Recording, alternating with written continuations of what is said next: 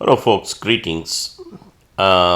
Today we are going to see the second lesson on Excel, and for the second lesson, we are going to do a little bit more coding, and I'm going to explain a little bit more of VBA, Visual Basic for Applications.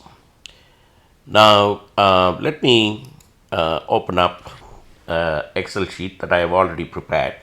I just prepared it to save time because you already have seen how to format stuff like that, right? And we are continuing to deal with payment calculation for loan amount. Okay. Now I've not put any formulas here, and I've demonstrated in the last class that we can use formulas to actually calculate this, right?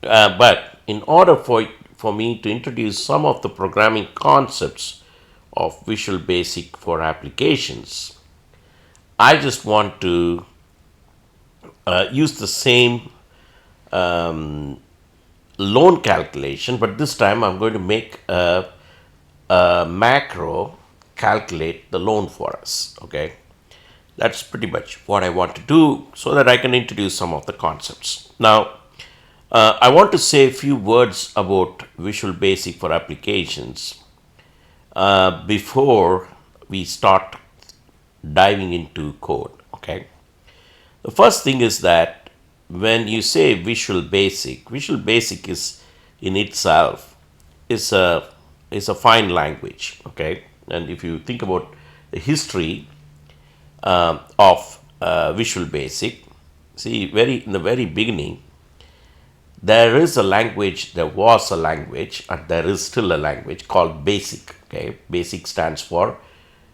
Beginner's All-Purpose Symbolic Instruction Code.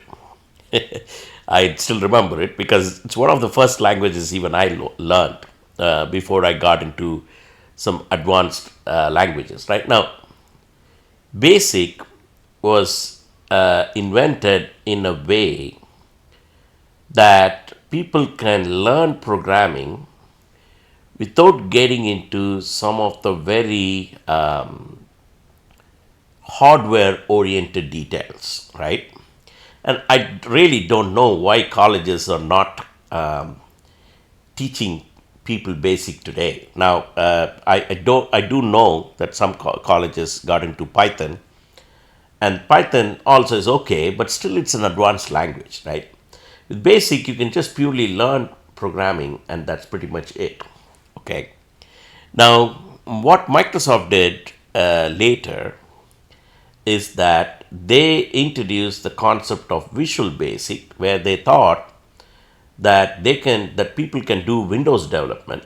That is, because Windows is into user interfaces, that you can build graphical user interfaces using Basic, and that's how they introduced the product called Visual Basic, right? And at some point in time, it was very, very, very highly successful product. Everybody liked that language and the visual development concept. So, and over time, when Microsoft introduced the .NET platform, all they did is that they took that Visual Basic concept and made it even better, right? They introduced all kinds of very good language features. And then they also created this .NET platform.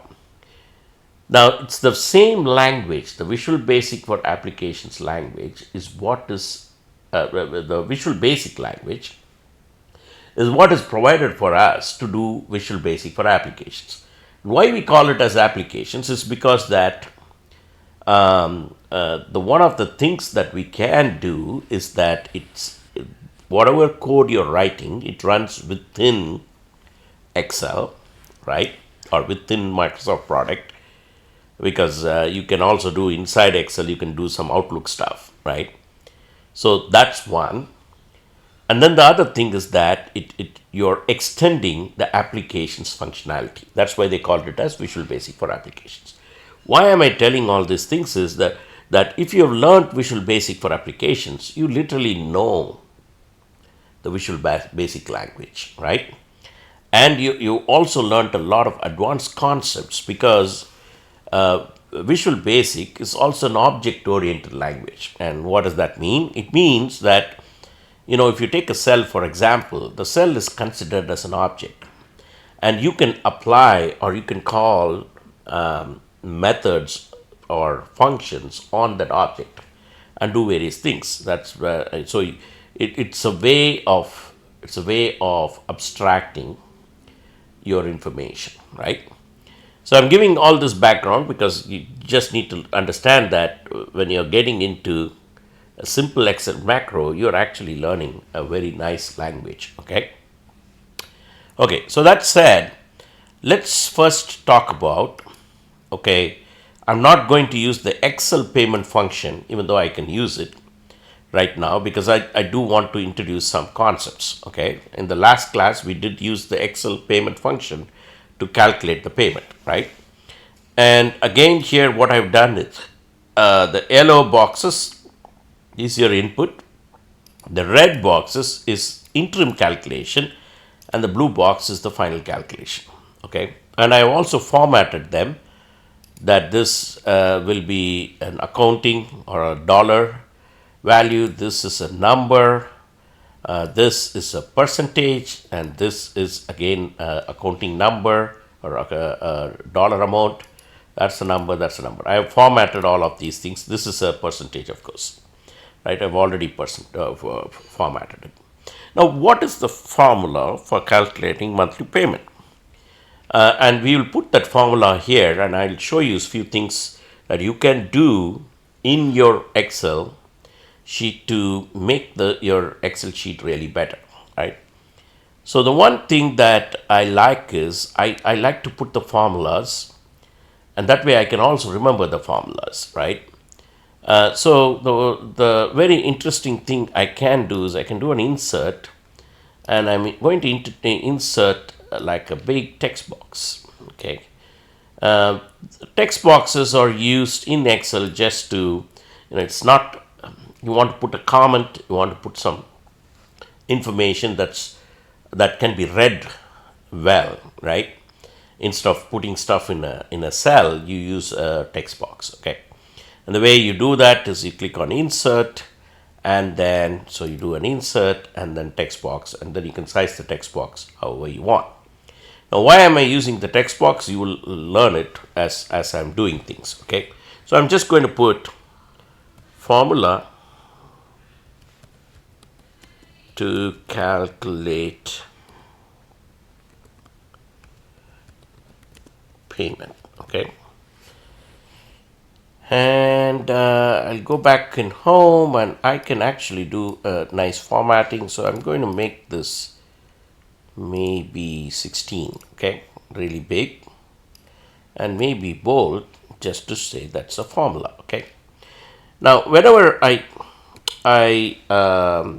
try to add a formula, I usually use this this nice equation editor, right? For that, I'll reduce the size a bit, like maybe 14. So in Excel as well as in Word, in all Microsoft products, there's something called as an equation editor. You can actually enter equations, and I'll show you how you do that. So you should say insert, and then you click on equations. It already gives you some bunch of standard equations, but then you can say insert new equation. And that's really good. And so why this equation is good is it gives you some various ways in which you can enter mathematical terms. And that's what I like. Now, the first term I want to enter is let's start with this. So I'm just going to say PEMT, stands for payment, equals. Now, the calculation here is a fraction. And I'll tell you why it's a fraction. See, you have a big loan. Basically, I'll put it this way. Basically, what are you trying to do?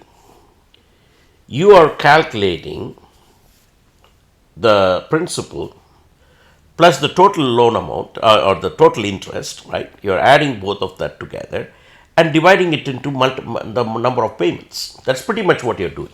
Okay, so you're basically, a payment is a small percent of the big loan that you need to pay back, right? That's what this is. And that's why it's a fraction. And why it's a fraction is it's a fraction of the actual thing. That's what that means, right? It's a fraction of what you're doing, the actual stuff. Okay. Now, what is the formula for this? Is that you definitely have the loan amount, right? And I'm going to put P as the principal for that amount. Okay.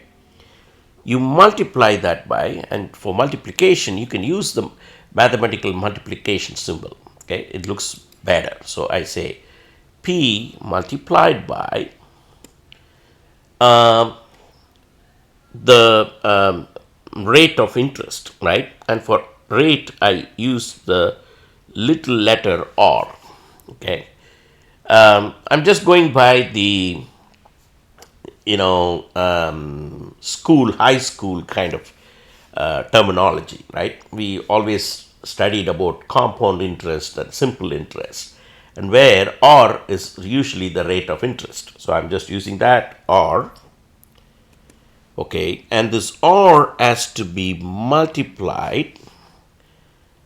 Okay, hold on. Let me do this first. Let me take that.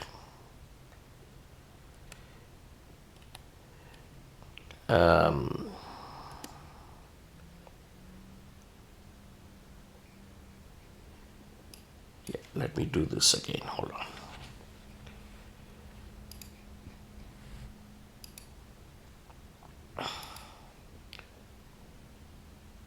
Okay, and the first thing I got to do is let me do this. Payment.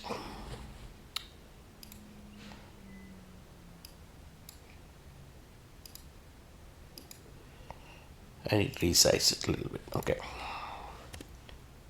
Equals. And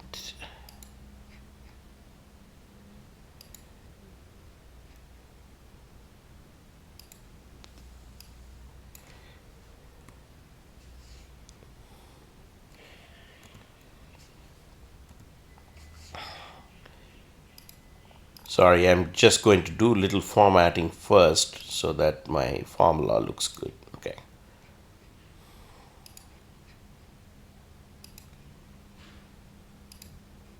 Okay.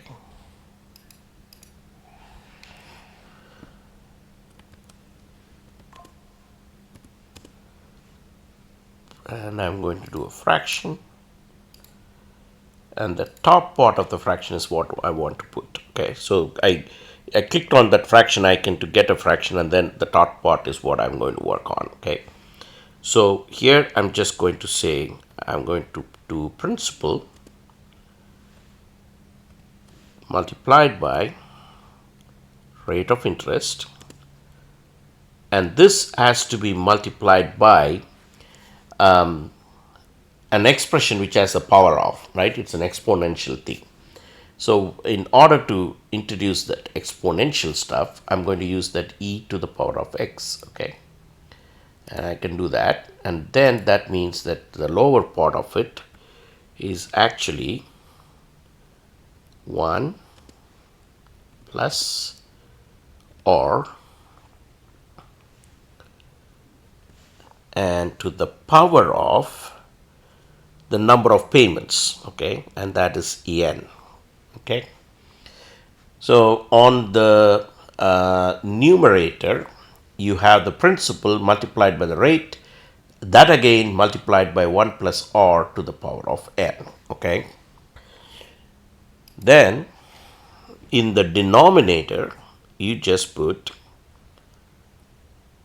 and again in the denominator, with that denominator thing, you still have an exponent, so I'm just going to use the exponent, and I'm going to say same thing, 1 plus rate to the power of n and I'm going one thing down and then minus of that and 1. Okay. Now, I don't want to get too much into the details of why this formula is like this, right? One thing you got to understand is that if you see that this is all, you're taking the principal and multiplying it by a fraction. That's what this is, okay? And that fraction has something to do with the interest rate. And of course, this interest rate is, you need to calculate it over a period of time. That's why you have the power of n, right? The interest keeps compounding. But somehow that interest percentage should also be subtracted from 1, and then you're kind of taking a ratio of it. Now, maybe in future classes, I can go around and teach you the concept of some of the financial concepts like present value, future value, things like that, and how we come to the formula here, right? But for now, this is the formula, and it's very easy to remember. Like I remember this formula, right? Take the principal, the rate, and 1 plus r to the power of n divided by 1 plus r to the power of n minus 1. Okay, so that is the formula, right? So we are done with the formula. So let me go down, and it's usually better to tell what these values are. If somebody looks at your worksheet, they need to know what is PMT, what is P, what is R, right? So it's better to tell that. So I'm just going to put P is payment.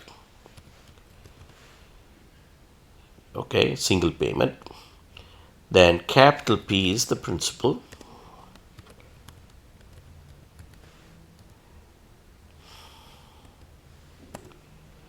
R is the rate of interest. And actually, in our case, it's the rate per month, not the rate per year, okay? That's why we need to do that interim calculation. Then N is number of payments.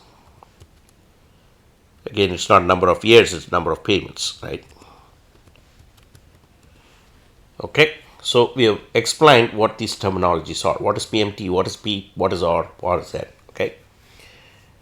So that is your formula, and usually you don't have to write this formula, of course, right? But when you write them like this and keep them and save that worksheet, then even if at some point you forgot the formula, you know what the formula is. You don't have to go to the internet to find out what the formula is, right? You can get it from here.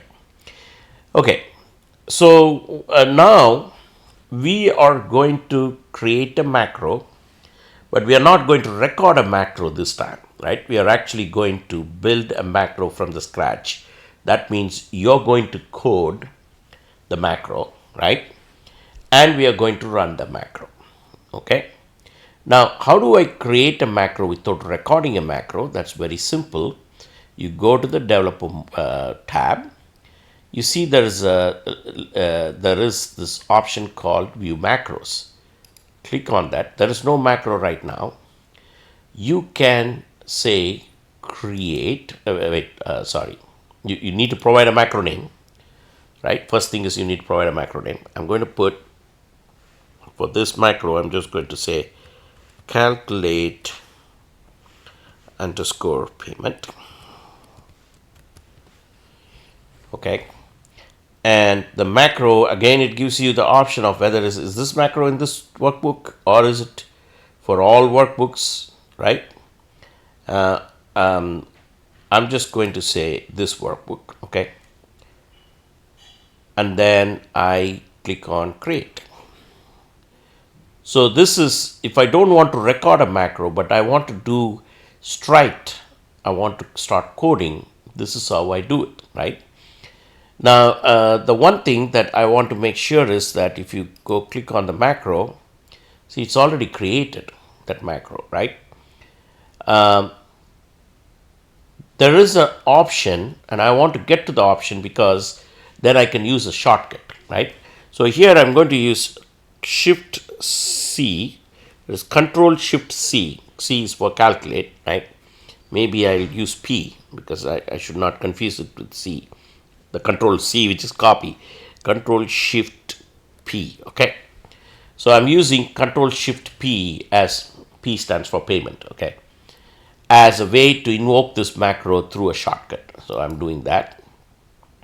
So now my macro is all set. I can go back to that VB or Visual Basic code by just pressing edit. Okay.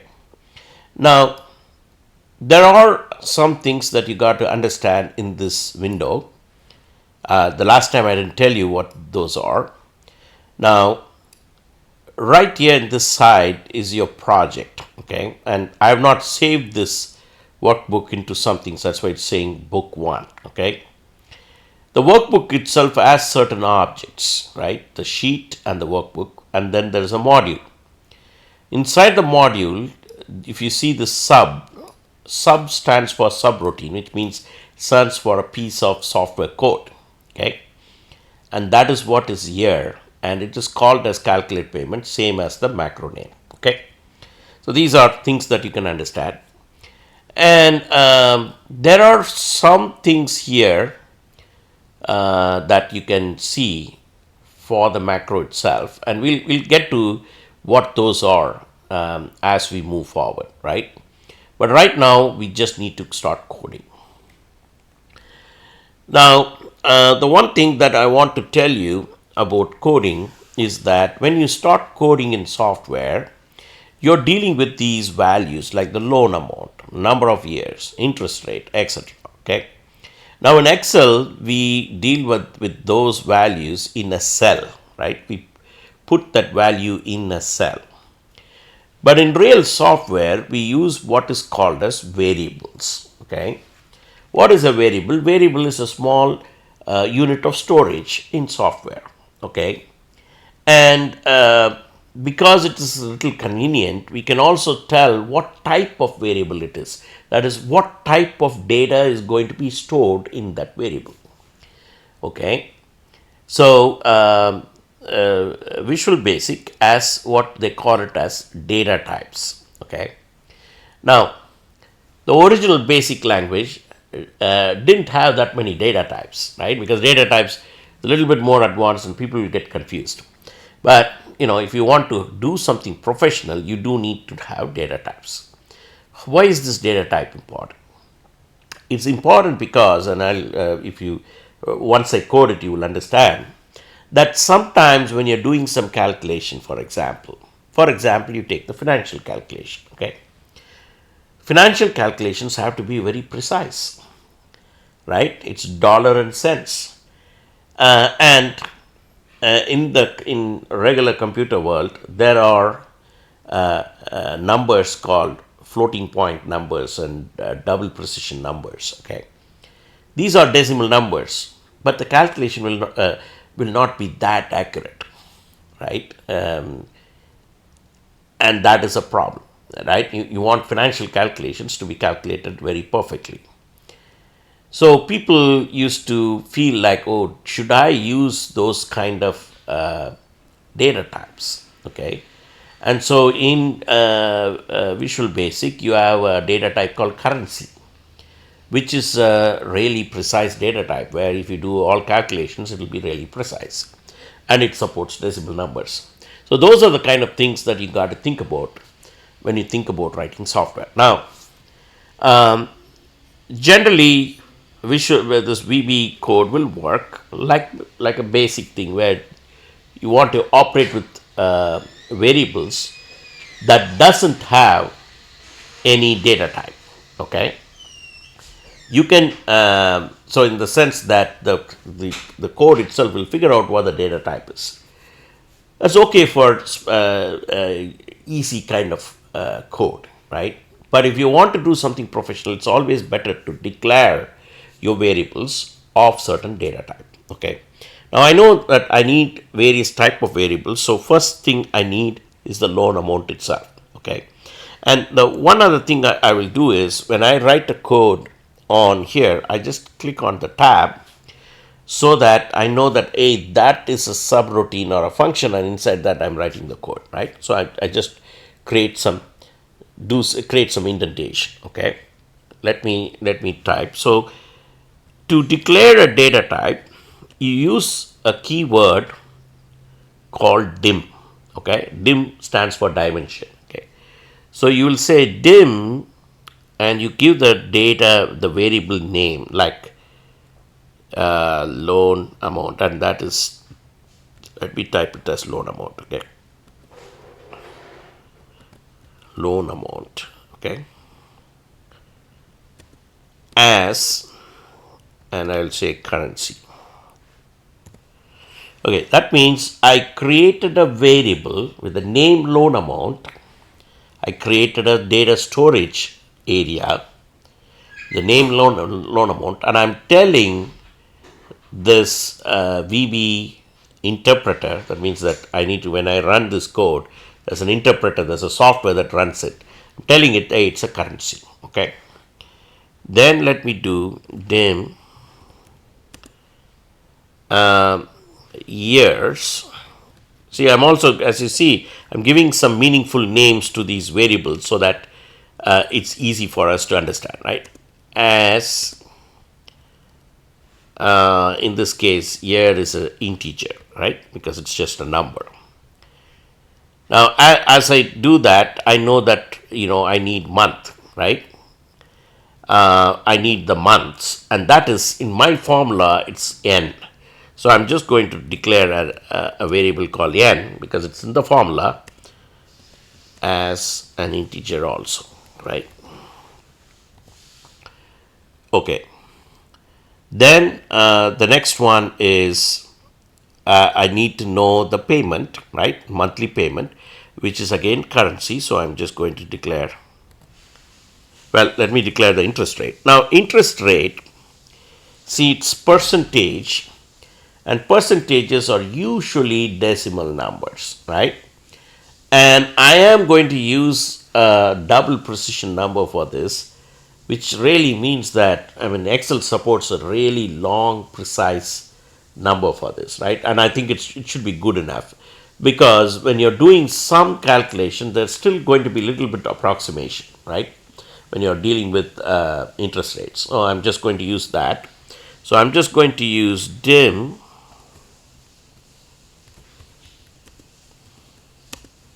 interest. Remember, this is not, I need to still calculate the monthly interest. So I'm just going to call this interest as, and I'm going to call double. Okay, double means it's a decimal number with double precision. Okay, and of course I need to know from this I can calculate or, and that is also a double. Okay, so I think I got the loan amount, I got the years, I got the n value, I got the interest, I got the or value, and now I also need the payment value, which is we call it as PMT, so I'm going to call it as PMT, and PMT is a currency. Okay. Okay, so I declared all the variables that's needed for me to do this calculation. Now I do need to get the input for this program, and the inputs are actually in Excel, and they are into cells, and each of those cells is an object. Okay, that's what you need to understand. Now, in order for me to read the value of those objects, I am going to use a function called a range function. Okay, a range function is an interesting function because it can go to one particular cell in Excel, or it can take a range of cells. Okay, in this case, I'm going to use one cell, and a range is better for me because there's also another object called cell. Okay, cell treats rows and columns as numbers, but range treats rows and columns as exactly the Excel address. So that's why I like range. Okay, so I like to say to start with the loan amount. What is the loan amount, right? Loan amount comes from this range function. This is how you write range function. So inside the range function, I am going to put a double quote, and the quote can have the address of the cell where the loan amount is, and the address is D2, right? So I'm just going to put D2. And remember, when I use range and cell, it's just an object. I got to get the value of that whatever is in the cell. So in order for that, I put a dot and value. Okay. For now, just follow what I'm typing. Okay. Later you will get a hang of what are these dims. Dims are dimensions. Those are all variables. What is a range? Range is a function that gets you the value that is in the address D2, and you got the loan amount. Okay, and you're storing basically whatever is in that cell, you're storing that into a variable. Okay, that's what that statement is, and usually we call that as an assignment statement. Okay, now I know that if you're into programming, this is all very simple, but I'm taking my time so that people who don't understand programming understand this very well. Okay, so that's the loan amount. Now I can literally copy that and create another line, and here I'm going to get the years. So I'm just going to replace loan amount with years, and the range for that is the cell value is D4, right? So I put D4. Then the same way I can get the interest, so I'm copying the same line.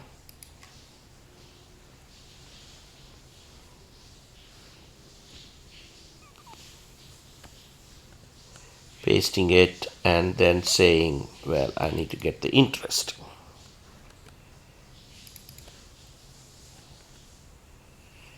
And that is D6, right? So I just put D6. So I'm just basically taking whatever is in Excel and storing it in this program's variables. Okay, as simple as that. Now, why do I do that? Is because when I'm doing interim calculations, I can do the calculations within these variables, and then later in time, I'm going to populate what is in Excel. Okay. So now I got the loan amount.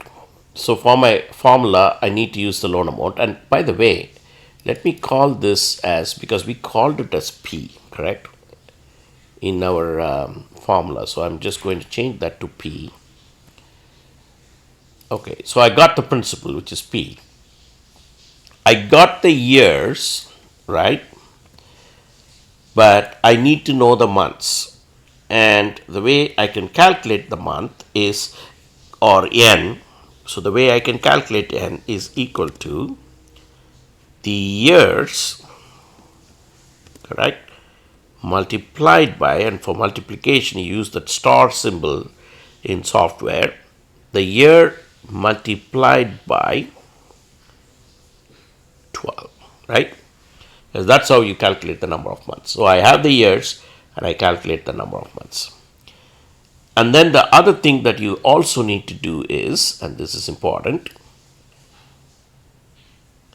you will have to take that N and actually populate that in Excel. How do you do that?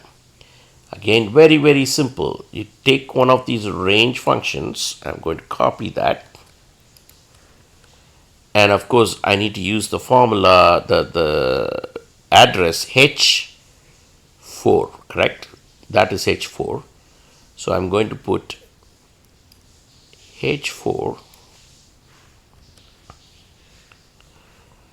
dot value. So now, see, remember that in the previous statement, I am taking the value and storing it in the variable that is local to this program. Now what I'm doing is I'm taking the program's value, the calculated value, which is N, and setting it to a Excel cell. That's what that statement is, right? It's as simple as mathematics, right? the years come from the value that is in the cell, and here whatever is in the cell I'm setting the value. Okay, so the same pattern. I got to do the interest calculation. I need to calculate R. R is actually the yearly interest divided by 12, right? And then again I'm going to set the rate per month in Excel. So I'm going to copy what I did for number of months and changing that to R, and here the cell's formula is H6, so I'm going to change that to H6. Okay, so I've calculated N, I calculated R, and I have I've set those values in the spreadsheet, right?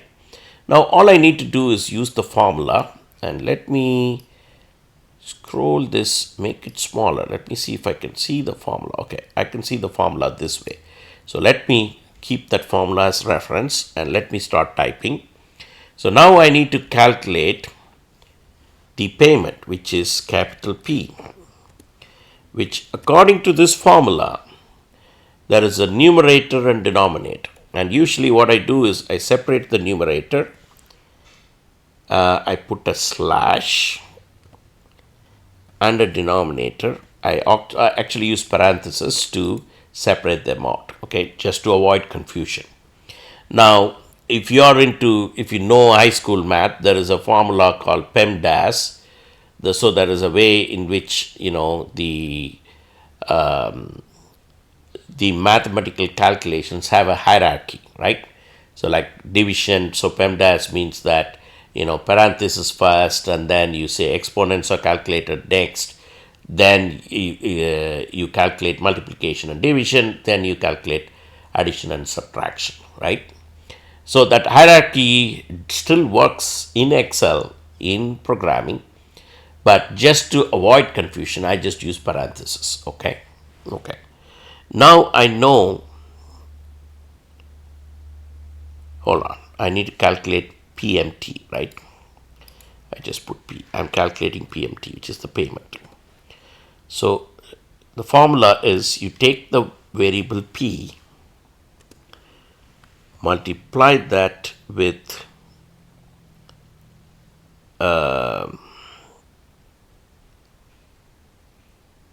R, okay, and now multiply that with another parenthesis 1 plus R. I need to close that parenthesis, and I need to do power off, and for power off you use the shift 6 character, which is the upper character, that character, and it should be power of En. Okay, so that part is done. Now we need to calculate the denominator, right? And see, I'm using all spaces and stuff to make sure that you can read the formula a little bit. The formula is more readable in the code, right? And that's usually good practice.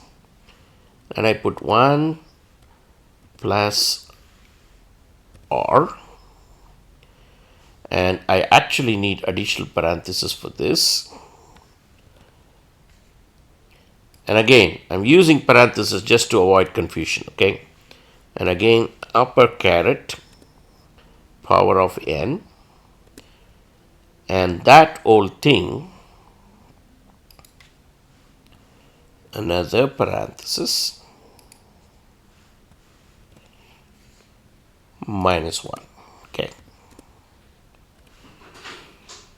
Okay, so when you put these parentheses this way, and of course you put some spaces,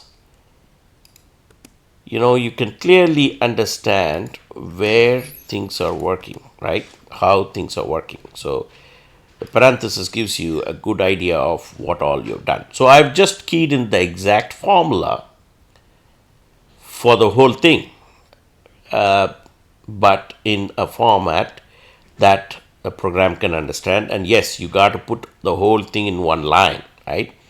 Later in time, I'll show you that there are ways in which you can break that down into multiple lines, but right now I'm just putting the whole formula in one line.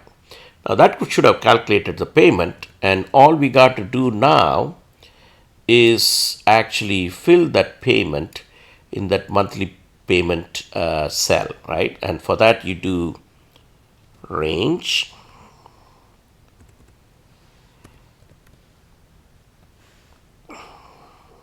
of D8, and I need to put that in quotes, dot value that is equal to PMT. Okay, and that's pretty much it. So what I've done is I've declared a bunch of variables, pulled some of the input values in, did some interim calculation, then I did the final calculation in that line, right? And then in the range I've just put that, right? So once I've done this, this is good code and it should work, it should run. So in order to see if it runs, all I got to do is key in some values, okay? The loan amount, let's do the same thing that we did the last time, 400,000. Number of years is 30. Interest rate is 5%, okay? Now, all the rest of it, the macro has to calculate. The first time, I'm not going to use the macro shortcut, but I'm going to directly run the macro. So the macro is there, and I just want you to watch, and I click on run. Okay, so there is some, this time what it does is, it says, hey, there is a problem in your code. See, it says compile error, right?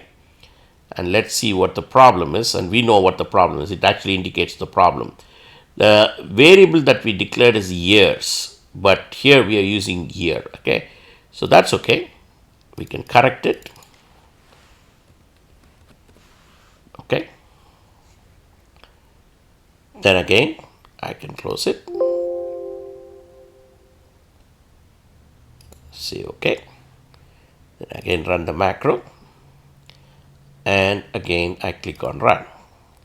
So what it did is that my program ran this time. We didn't use any formula. The program calculated the number of months and set that to 360. It calculated the interest per month and put that in there. And you can see that the value is like that. It's 0.416666 whatever. But it just rounded to 4 decimal places because I formatted it that way. And the monthly payment is $2,147.29. It's the same thing as we did in the last class, but now we have run a program to do that, okay? And that program is this macro, okay? And you can run this macro as many times as you want. Now what I want to do is I want to close that window. This time what I want to do is I want to change the amount to 300,000, and I'm going to change the interest rate to 4.5%, right? Sorry, 4.5. It rounds to 5. Let me change that to,